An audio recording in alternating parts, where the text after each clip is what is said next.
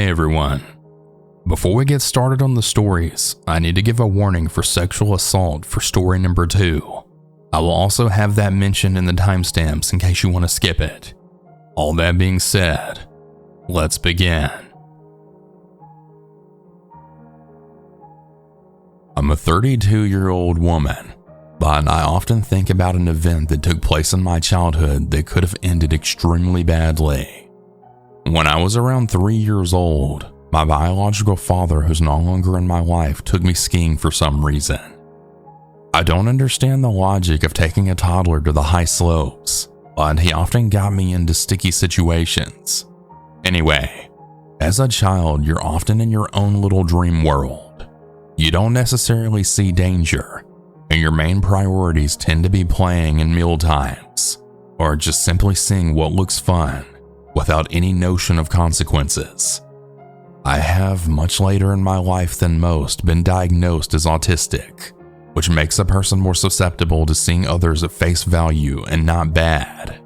At one point on this trip, my dad and I were out in the snow, and I believe walking back from the slopes to the nearest cabin to warm up by the fire. But I was so young I had no idea where we were, and the ski slopes all blended together. We were walking for what felt like over an hour and in the snow with heavy ski boots on. I was over it, and I wasn't paying attention to anything but craving warmth and to sit down. I had been holding my dad's hand, so we stayed together as we trekked. Obviously, he didn't want me to stray off, but at some point he must have let go of my hand, and I kept on walking forward.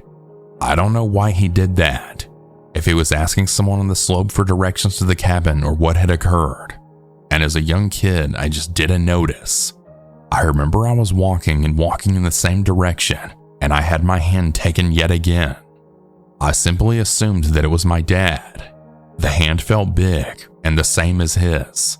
I just kept on. I was stuck in my own world, daydreaming away. Suddenly, I sort of paused my steps going forward. It was so quiet around me, and I was noticing less and less people and trees coming up. My dad usually isn't that quiet, and I hadn't been near these particular trees. I looked to my left, and I saw the man holding my hand and walking into this isolated area of the ski slopes was not my dad. He was a tall man. My memory is hazy, but I remembered he smiled down at me and said nothing. He didn't tell me who he was. He didn't say where my dad had gone to or where we were walking to. He just smiled down at me and gently squeezed my hand, leading me onward. I knew something was not making sense. He isn't even scary looking. In fact, I remember even thinking as a kid, who's this tall redhead holding my hand? It looks so nice. I didn't feel any fear. I almost think that I was happy to be rid of my dad, hoping this man would actually take me somewhere warm. He remained firm in holding my hand and leading me away from everything, until I heard from behind me a distant yell, and I then recognized it as my dad's voice, though it all felt like I was in a daze. He came up to me running and scooped me up quickly. He wasn't mad at me or anything, but it seemed like he was acting extremely quickly. My memory is very hazy at this point, but the eerie part of all this was the quiet. People weren't anywhere. No noises from animals. Nothing but the slight wind. I don't know if my dad talked to the man or just took me and ran quickly out of there to avoid danger himself. My dad is around 5'11", but this man was easily 6'6". I almost wonder if not only was my dad concerned for his own safety, but if that man was just something more than just a man. My dad never talked about that day with anyone. I remember that night in the cabin that he wouldn't let me leave his side because I couldn't sleep, and he also kept playing with his light-up watch. I wonder often as the years pass what exactly that man was doing, and why I don't remember him saying anything or explaining himself at all. Normally, kidnappers at least attempt to weave a lie to lure a child with them, but this man just smiled and walked with me. It gives me chills to this day. I think my dad never talked about it because he thought people would judge him as a reckless parent, or maybe he thought that man was terrifying himself. I'll never know because he doesn't want to be in my life now, but if I ever see my dad again, I might ask him his perspective of that day at the ski slopes. I hope that tall man never did anything to any other child, but my gut feeling says that he probably had extremely sinister intent.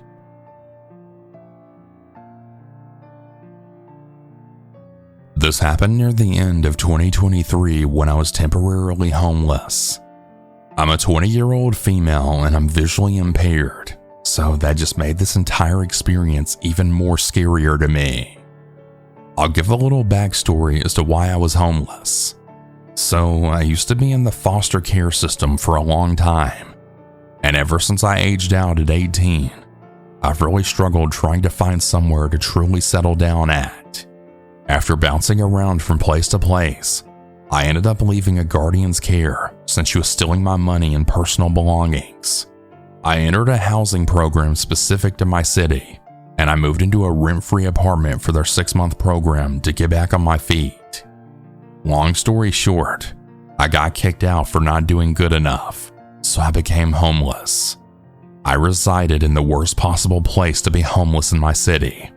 So there were a lot of druggies, assaults in all forms, alcoholics, and psychopaths.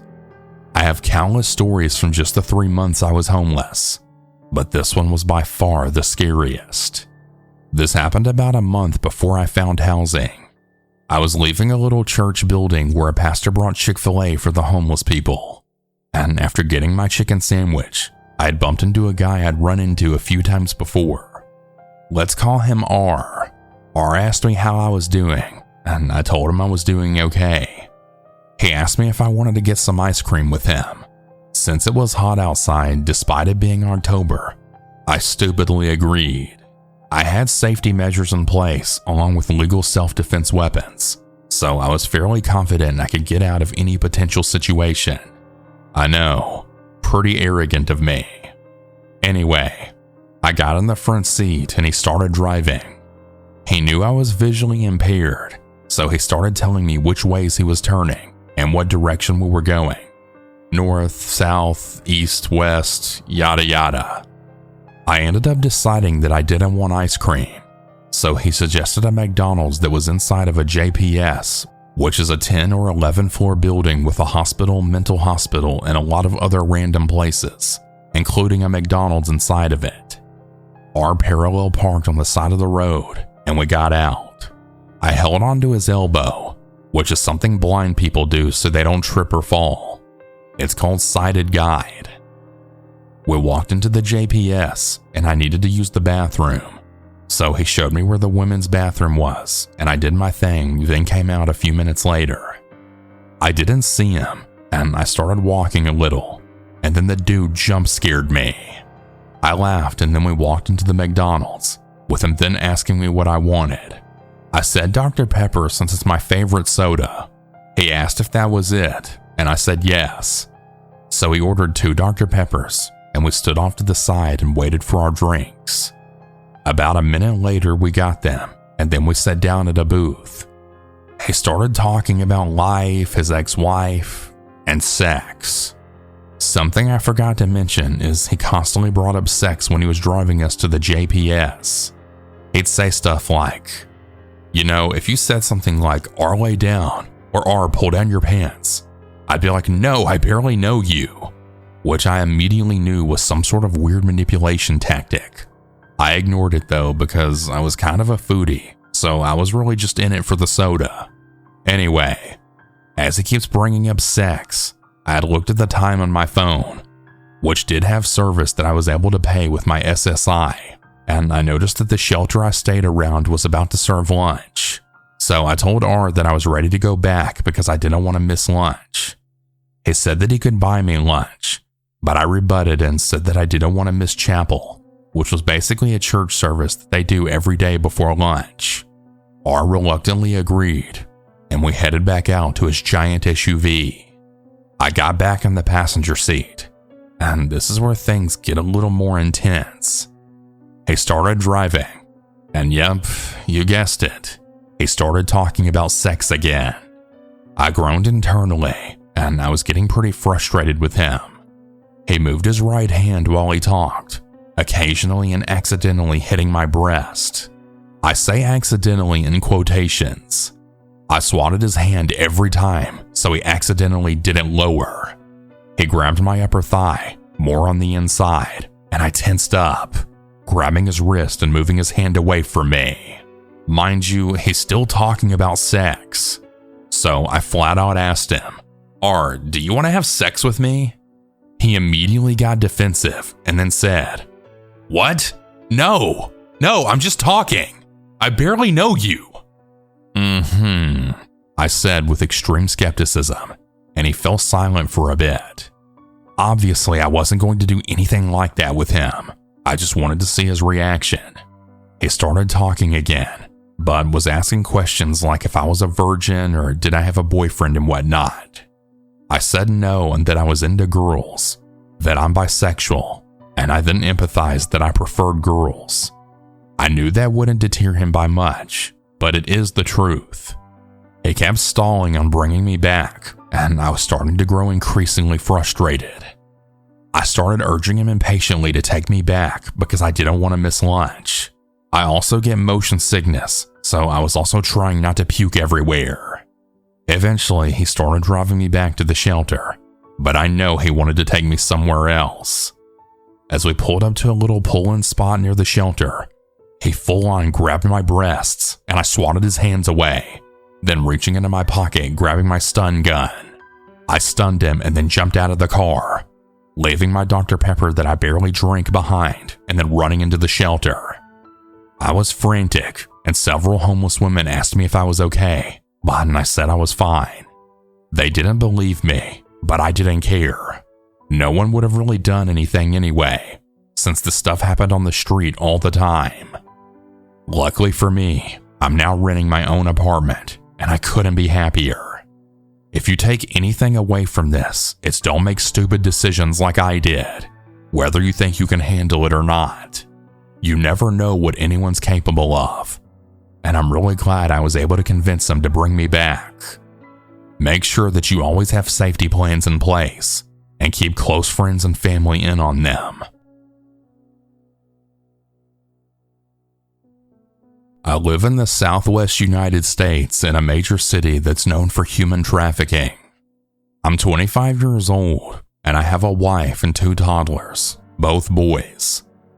One day, my wife and I decided to go to a Turkish restaurant that my coworker recommended in the downtown area.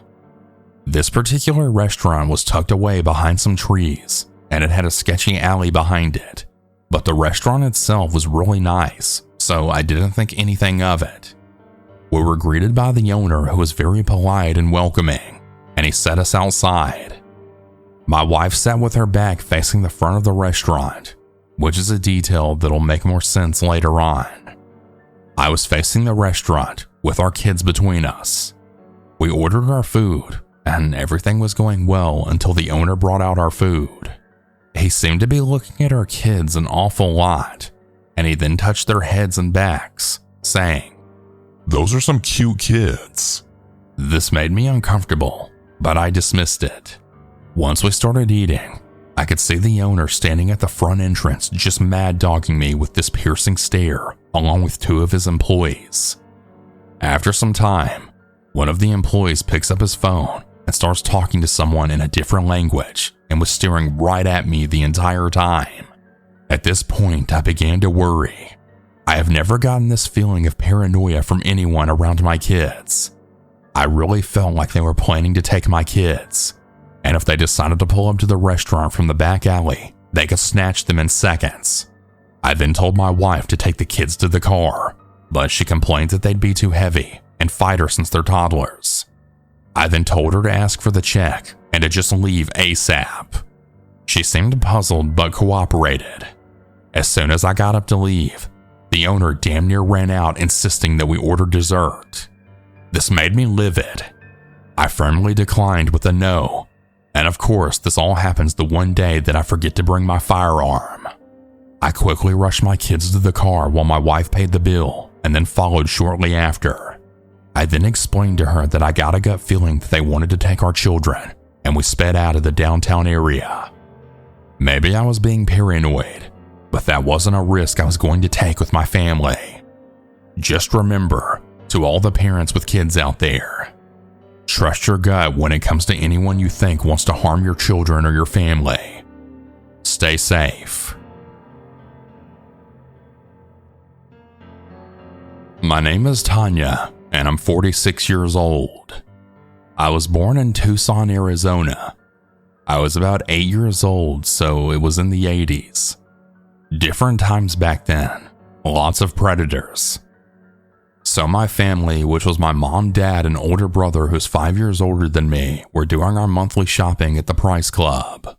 Shout out to those who know. So then we all entered the store together. I had long golden blonde hair and blue eyes. My dad is a big guy, okay, like 6'3". My mom was 5'6", so not too short. Anyhow, we split up. My dad and brother go one way, and my mom and I go the other. So the aisles in this huge building were wide and long. So anyway, my mom and I are looking at towels and other things, and I glanced over to the next aisle and I saw clocks. So I asked my mom if I can go play at the clocks, and they're just right there, and I point them out. She says yes, but if she calls me that I better answer her. I agree, and I then skip away to the next aisle. I'm looking at all the clocks, and all of a sudden a man has his hand over my mouth, and he then starts smelling my hair, then whispering into my ear, "Oh, you're a very pretty girl. I can give you lots of money if you just come with me." I'm crying and I'm trying to bite scream. Then, like the angel she was and my hero, my mom just appears and starts beating the shit out of this man, screaming. She was kicking his ass. He lets go of me and then runs. I run into my mom's arms and I just cry and cry. That experience changed me. So my mom scoops me up and starts running to tell someone to stop that man. Unfortunately, he got away. I pray that he never tried that again to another innocent child. I never let go of my mom's hand ever again, and I always thanked her for that. I lost my beautiful sweet mother in February of 2013. She was and will always be my hero. I miss her more and more every day. I know if there's a heaven, she's there. I try to live life like she taught me. That's how I honor her. And I thank you once again, Mom, for saving me from those nightmarish things. I will always be more grateful for you on that scary day. Rest in peace, Angel. I only hope that we'll meet again one day. When I was a young child, my mom's old car would always have problems because it was actually my grandpa's. It was a platinum metallic grayish blue color. One day my mother, my sister, and I had to go to Goodyear to get new tires or something, but when she got out of the car and went into the store, she took a bit too long. Since I was a baby or toddler, I can't fully remember what happened, but my sister apparently saw a man approaching our vehicle. My sister is agoraphobic, means she doesn't really like being around people. She tried to ignore the man, but she kept seeing him around the car. She started getting suspicious of the man, obviously because he was surrounding our car, weirdly with little to no reason, and he didn't seem to work at the Goodyear. No uniform or anything. That's when he then tried opening the doors to the car.